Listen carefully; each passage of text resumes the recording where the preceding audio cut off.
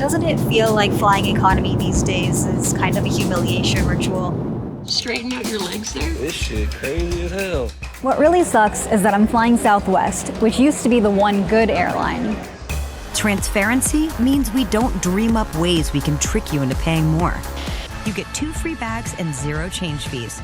Southwest's quirky, cheap, free-for-all business model was also very profitable. But the flight I'm on today is one of the last that will have open, equal seating. Baggage isn't free anymore, and flight credits now do expire. They've also added a bunch of new fare classes and other premium options that you have to pay extra for. They're becoming like any other airline. As I started looking into it, I found out that the story of why Southwest got shittier is part of a bigger story of why air travel as a whole has gotten shittier.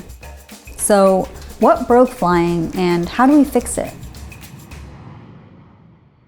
I was looking at some airline ads from the 60s and 70s, and I couldn't help but notice how comfortable and glamorous flying looked back then. And yes, this was economy class. Why was it so luxurious?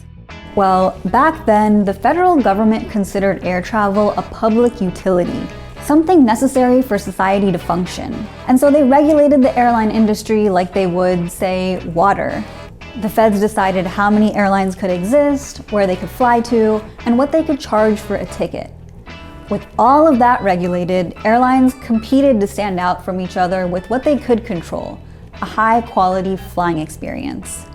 Pan Am had these 2-person dining tables, American Airline had a full-on piano bar, and some continental flights were made to look like a pub, where travelers could stand around and drink or watch movies or get free popcorn. Or play exciting electronic pub pong games. Airlines were in a race to the top for who could provide the best service, so even the cheap seats were comfortable and luxurious. But when I say cheap, I mean expensive. In 1974, the lowest fare from New York to LA was nearly $1,500 adjusted for inflation. And that didn't mean airlines were making insane profits. Remember, the federal government would set the ticket prices depending on the airline's overhead costs. Prices were high just because running an airline has super thin profit margins. Infrastructure is expensive, as are planes, which are quite laborious to clean and maintain in between each flight. And then there's the whole issue of fuel. The oil-producing countries of the Arab world decided to use their oil as a political weapon. We are heading toward the most acute shortages of energy since World War II. It was just expensive to fly, so only the wealthy flew. Then came a spunky new airline that would bring air travel to the rest of us. Southwest Airlines invented low fares. That's true. Why should flying be expensive? It shouldn't. Southwest's very first flight took off from Dallas, Texas in June 1971. They had just 3 aircraft, which only flew between these 3 cities in Texas. Their main rival, Braniff Airlines, had nearly 70 aircraft and flew hundreds of flights per day all around the world. A decade later, Braniff Airlines had gone out of business and Southwest was on their 10th profitable year in a row. How'd they do it? We're fast, we're fun, we're inexpensive. That's basically the whole business strategy. We'll take them one at a time. First, they were fun. They made their identity as the Love Airline, as in Dallas Love Field. Tickets were issued from Love Machines. Snacks were Love Bites. Their free in-flight drinks would be Love Potions. The flight attendants, called Lovelies, dressed in knee-high boots and go-go pants. Okay, so that last one didn't age super well.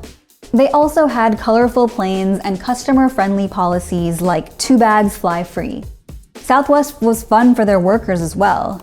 They were the first airline to set up a profit-sharing program. And they didn't lay anyone off for the first 54 years of service.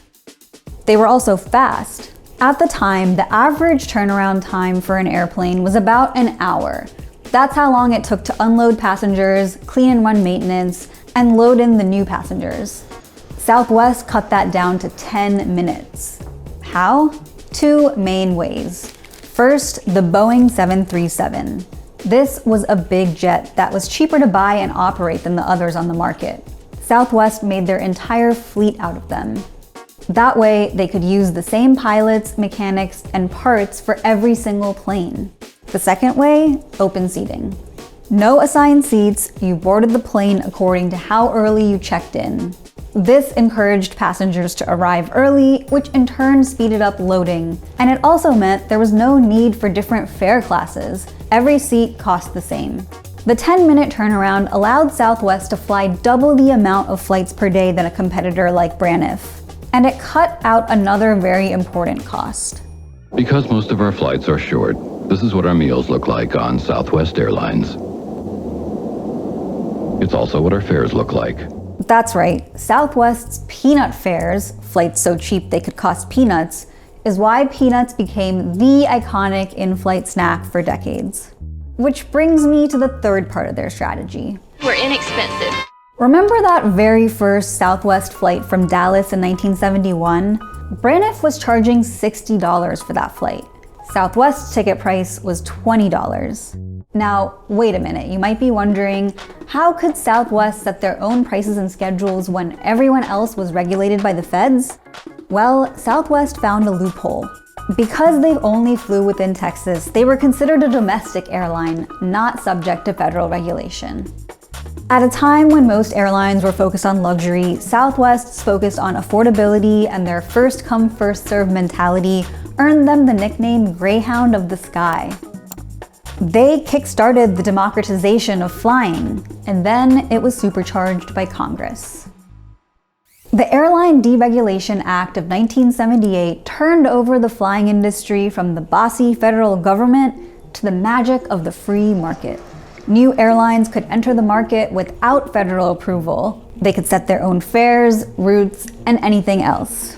The idea was more competition would be better for customers, and at first it was. After deregulation, ticket prices dropped. And over the next few decades, airlines added more flights to more places, which was great for the growing middle class with disposable income for travel. In the 80s and 90s, an economy ticket on a major carrier got you food, baggage, wider seats, and 4 or 5 inches more legroom than today. But now, airline ticket prices are going up, even faster than inflation. And flying in economy usually feels something like this. Get me the off this goddamn place! What happened after deregulation was not the world that the deregulators imagined.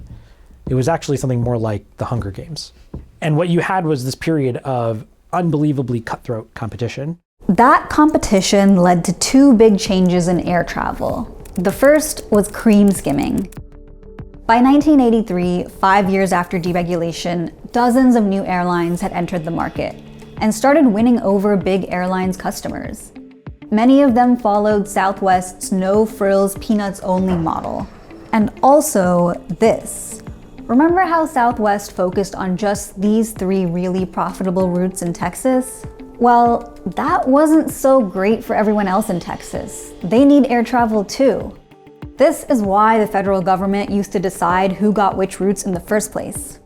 The regulators made sure that no airline got too many of the good routes or too many of the duty to serve routes. After deregulation, startup airlines could skim the cream legally. They focused on the most heavily trafficked routes. So of course, big carriers dropped their duty to serve routes. Remember how I said that prices dropped after deregulation? Well, that was mostly true if you were going to a big city or a popular vacation spot. Small cities and rural areas actually saw prices go up since they had fewer airlines now. Toledo, Ohio went from having service from 5 carriers under regulation to having no major carrier service today. Who's going to start a Fortune 500 company in their hometown if their hometown doesn't have an airport? It has real impacts on economic growth and vibrancy of our communities. By the mid-1980s, you have some senators saying that they regretted their vote for deregulation and they apologized to their constituents for having voted for it. The other change in air travel, fortress hubs. With all the new airlines and no federal regulations, customers had more direct flight options than ever to more destinations than ever. Legacy airlines had to get more efficient. They started moving away from direct nonstop flights towards a hub and spoke model. They would strategically choose one or a few big airports to fly all their planes to, and then fly everybody out of there. So take Delta's hub in Atlanta. If your airport has a flight that goes to Atlanta, that hub is so big that you can fly almost anywhere in the world with just one connection. If you have one airport, there's a lot of back office, back end management stuff that you just do once at one big airport with scale instead of doing 15 times at 15 different small hubs. But it wasn't great for smaller airlines or people who live in Atlanta. Those hubs got bigger and bigger until some of them became fortress hubs, where one carrier controls at least 70% of an airport and no other airline can get a foothold. And the lack of competition actually drives up prices at those airports. Big hubs mean unwieldy airports too, so it takes longer to taxi to the gate after you land, more congestion at the gate and at the airport, and weather problems in one city can cancel flights all across the country. The fundamental feature of this industry is that scale is better and it's more efficient. And that's why it's very, very hard to have a small airline because you can't get that. And what you see then happen over the course of the 1980s is bankruptcies and mergers. 200 carriers either merged with others or went out of business. In 1983, there were 12 major airlines in the US. By 1988, there were just 8. And today, only 4 airlines control 80% of the market.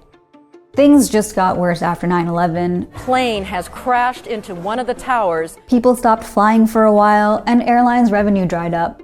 They squeezed the taxpayers with $15 billion in bailouts. And then the Great Recession led airlines to try all sorts of strategies to squeeze travelers. One is dynamic pricing. Airlines invented the algorithmic pricing that we now see in grocery stores and on delivery apps. Whereas before, you had that government formula that took into account the overhead costs plus profit. After deregulation, airlines started setting prices based on how much they thought passengers would be willing to pay for a particular flight. And now that they're using AI, it's going to be dynamic pricing on steroids. The second strategy is unbundling. American Airlines was the first to impose a baggage fee, but it was United that made the most innovations here. They increased change flight fees, were the first to get rid of meals and backseat TVs, and they created basic economy. Airline revenue from baggage fees and other penalties has soared since 2007. Airlines squeezed their employees too. Throughout the 2010s, airlines were cutting pensions and benefits for employees, claiming that they have no assets of value. When the pandemic hit, revenue tanked again, obviously, and airlines were once again desperate for cash. First, they shook down us taxpayers, of course, to the tune of $25 billion, and then they turned to Wall Street and secured billions of more dollars in loans, even though they said their companies were worthless. It turned out that airlines had been developing a secret valuable asset all along. I'll show you what I mean. Take American Airlines. Remember how they tried to win over customers in the 1970s? And we're putting a piano bar in every coach lounge.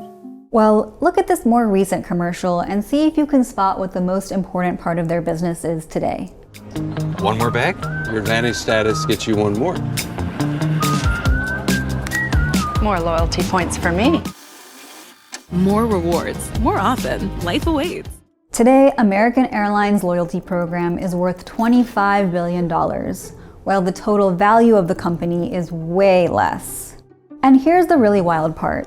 This $6 billion includes the value of the $25 billion loyalty program, which means the flying part of their business actually has negative value.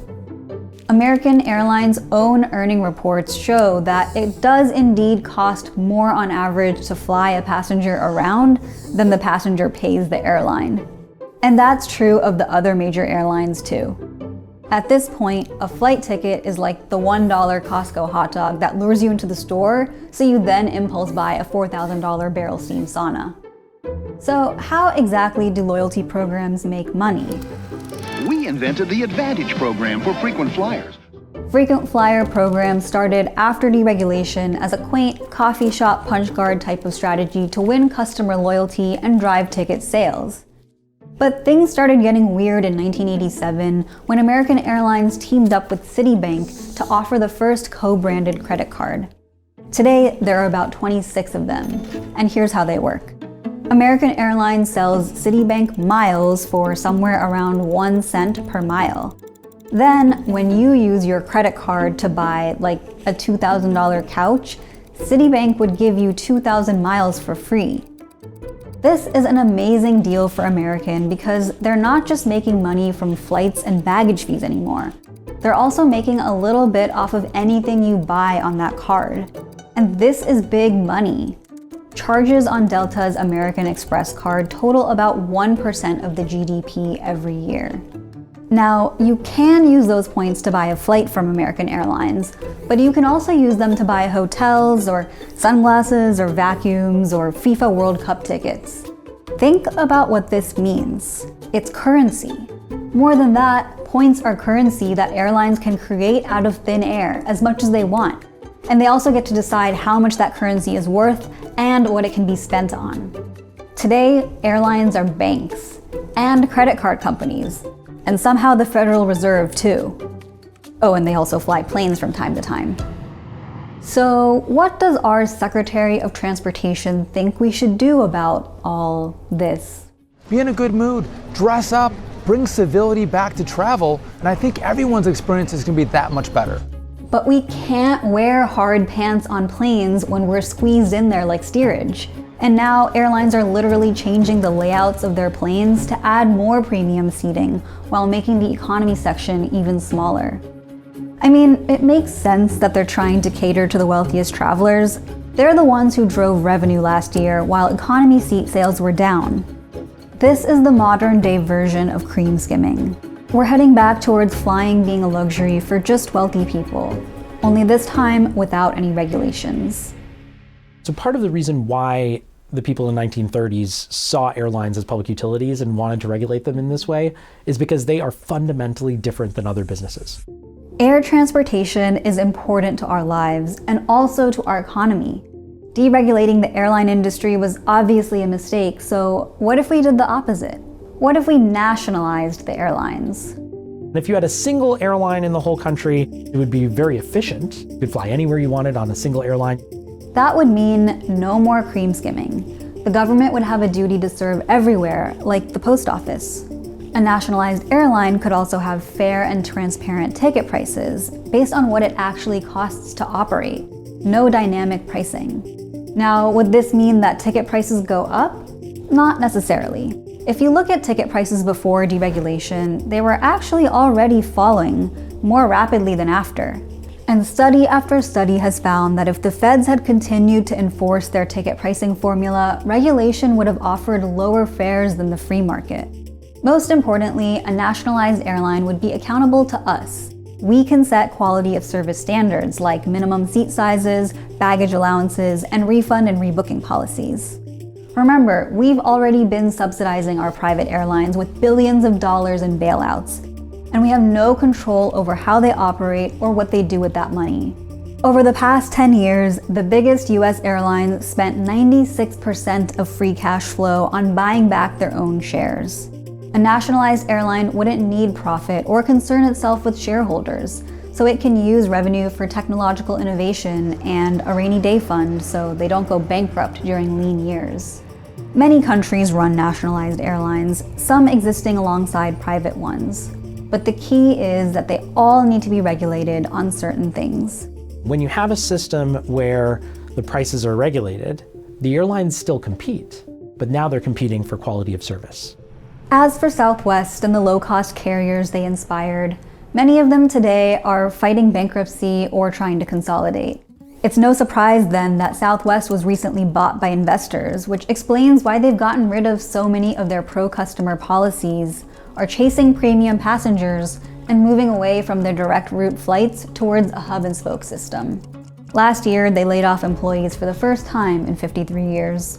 Their business model just doesn't work in an unregulated airline industry which favors scale and consolidation. With regulation, we can bring back an era of flying that is comfortable and affordable for all Americans. Thank you for watching The Classroom. We're always looking to tell more stories like this one, unpacking the economic systems that impact our lives. What else do you want to see us cover? Sound off in the comments, and don't forget to like and subscribe.